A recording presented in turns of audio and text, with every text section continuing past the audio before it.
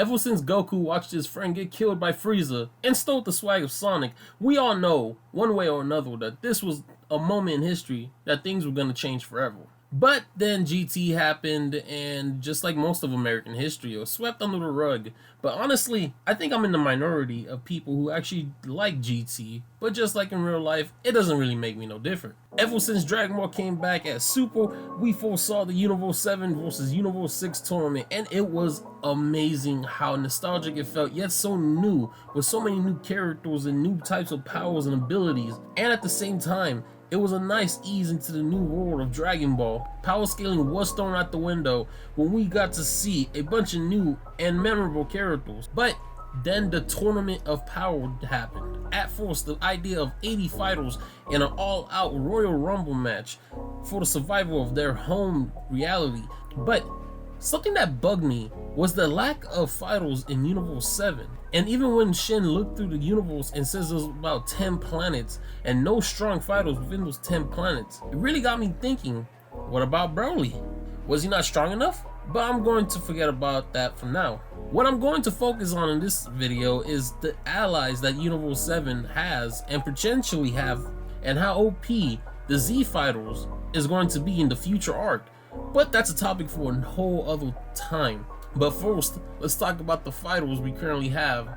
So, we have Goku, Vegeta, Gohan, Piccolo, Master Roshi, and the rest of the Z Fighters, which includes Tien, Chiaotzu, Yamcha, Krillin. Then, we have the outskirts, which is going to contain of Majin Buu, 17 and 18, and Jocko. Even though Jocko isn't as high as there, but he still has the whole Galactic Patrol. But from the arc we are in now, the Granola arc, these are the newest members of Team Universe 7. And this is what I'm going to be discussing today's video, is that Universe 7 has members that could join Goku and the Z Fighters for future battles. With that being said, let's get right into the video. To start things off, we're going to talk about a fan favorite, the legendary Super Saiyan himself, Broly. And ever since Akira Toriyama brought back Broly and rebooted his backstory, that was a great thing. And now, since he's technically canon because Dragon Ball Super movies are somewhat canon to the story, as of the time of this video, he hasn't been shown in the manga yet. But Broly not only being as powerful as Goku and Vegeta in his base form, he could even get more powerful with basic training from Goku and Vegeta and others. With Broly's kind-hearted nature, he could go from being the greatest ally to the Z Fighters for future threats. But knowing how Dragon Ball's writing staff is, he might get put into the sidelines, like some other characters I would like to talk. But maybe we could get a future fusion between him and Goku. But better yet, imagine Broly fusing with Gohan. The power of these two Saiyans that has been stated multiple times in the story that have the most potential within those series, them fused together will be on the scale of Jiren or even Ultra Instinct Goku. And with that being said, I do hope we finally do see Broly in the new arc and see how powerful he's gotten since the Broly movie. Well, it's obvious that Oob is going to be an ally. On what we know about Oob, with the end of Z and GT, which we all know is not canon, but I like to use that as a basis, we know quite a lot about Oob and how powerful he is and potentially is going to get within Super. In the beginning of Super, the story is right after the Buu saga, a little bit right off. We won't be able to see Oob in the series, but we actually have seen Oob and had Oob help in the story. If you haven't caught up in the manga, you might as well just pause this video, or if you don't care about spoilers, in the Tournament of Power, Goku is desperately trying to look for new fighters. He goes to Dende and asks about the whereabouts of Majin Buu, the Kid Buu, Dangerous Buu, and he remembers that he did ask for him to get reincarnated. So, Dende shows that Kid Buu became Oob, but the thing is, Oob at the time was still young, and as Dende shows Goku Oob, it does kind of answers the question on how Goku kind of knew about Oob towards the end of Z. But in Dragon Ball Super, Oob was too young and there wasn't enough time to train him. But after that arc, we get into the Maro arc, and this is where Buu and Oob actually shines. This is Buu and Oob's arc. With Buu being a great help fighting Maro, in the beginning and almost killing them. We see Goku and Vegeta getting stronger, but Buu is actually getting stronger too. And I'm glad. I'm a huge Majin Buu fan if you don't know that. But towards the end of the arc, while Goku and Moro are battling, Goku needs energy from everyone, with the help of Vegeta and his spirit control training. But there was also something else that helped with Goku and Vegeta, and that was Oob. Yeah, at the end of the battle, it is shown that Grand Supreme Kai went to Oob and teached him somewhat of ki control. And him being able to send ki, Oob has already helped save the universe, so it already hinted that Oob might show up a little earlier than we expected. But he could be just, a little sidekick for Buu, or even we could see a Dragon Ball Super version of Maj Oob, who knows? That would be amazing to see.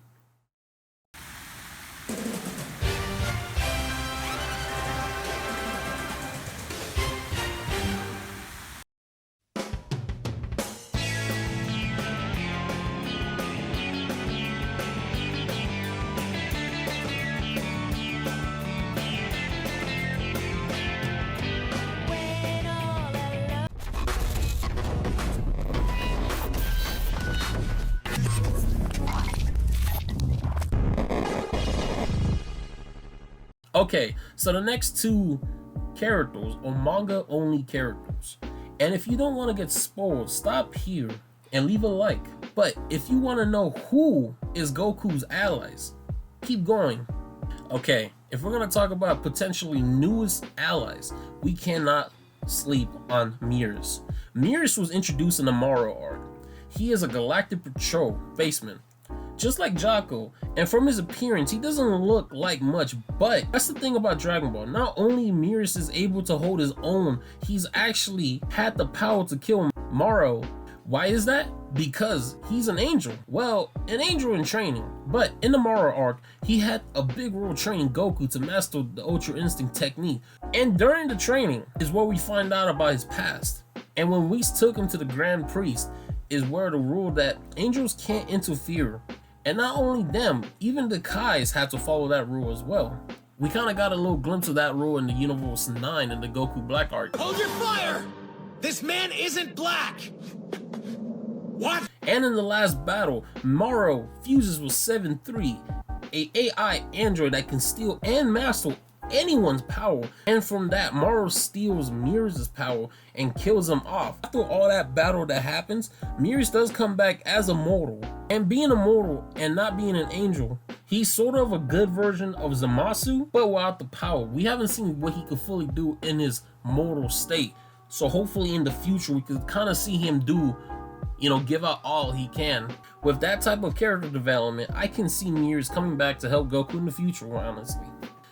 Okay, so for this next entry, this might be a controversial one, but hear me out. This might be some long-term booking that Kira and Yamamoto is doing with the story, but this is just my take. If you want to critique it, let me know in the comments. I would like to read that. So here we go. For the last ally of Universe 7, that would be a major help to Goku and the Team Fighters is Mr. Satan. Nah, I'm kidding. But the last ally I'm putting is Granola. And I know what you're thinking. He's the bad guy in this new arc, right?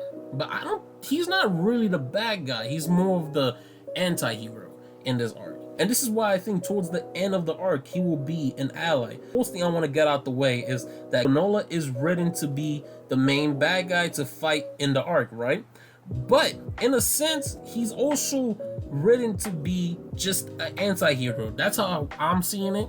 With the heroes kind of interrupting at the time of this recording, we might see a little bit more development later on, but I'm still sticking with this ally. In a sense, Granola's goal is to kill Frieza, and as fun would that be, we're gonna see Goku and Vegeta versus Granola in the future. And it's shown that the Saiyans is gonna be a big plot device, as shown as Granola's planet was destroyed by Goku's father, Bardock, who destroyed it. But it was Frieza calling the shots at the time. But also I have a feeling that we might have another antagonist in the arc.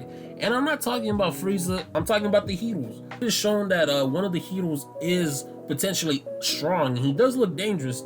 He's the shoulder fella, I forgot his name, but you see how Dragon Ball does like doing the tropes of having smaller characters be the most dangerous.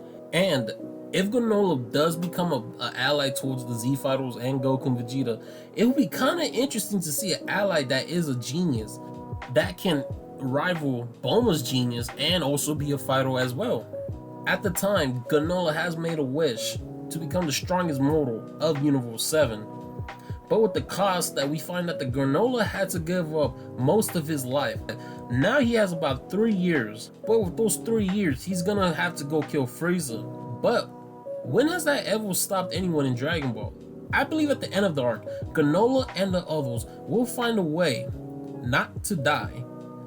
And I mean, other than making a wish by Shenron, or the Namekian Dragon Balls, or even the Super Dragon Balls, we have Whis, who can bring people back to life. And if Granola ends up not dying and finding a way to live, I'm certain that Granola will be an ally to Goku and the Z Fighters. I can see Granola living towards the end of the arc, and he will be allies with Goku, Vegeta, and the others, but I'm pretty sure he won't stay in Earth. I believe he's going to be roaming around space. He still will probably be as strong as Goku and Vegeta because, you know, he did make the wish. There's ways around that. And, you know, he probably be doing research and trying to build his people back up. And he'll come back to Earth once in a while and, you know, show off what he's learned in space. But only the future could tell that. And I feel like the reasons why we've been seeing new allies in each new arc is because it's building up to the last arc in Dragon Ball Super. Look, as much as I love Dragon Ball content and the movies, the manga, and everything in between, it's not gonna be here forever. I feel as the last arc is gonna be something big enough that Goku and the others are gonna need help from everyone. But I'll talk about that another time. If you guys liked the video, please don't forget to hit the like button and comment. Tell me guys how you guys feel about these allies that I came up. Well, other than Oob and Broly, let's talk about it in the comments. Let's have a discussion. And I know I haven't been posting videos like in a month, guys. I've been kind of working on a lot of busy video stuff, but videos all coming. But if you haven't subscribed, you know, you can always check out my collection channel, Gerboni's Collection. And yeah, peace.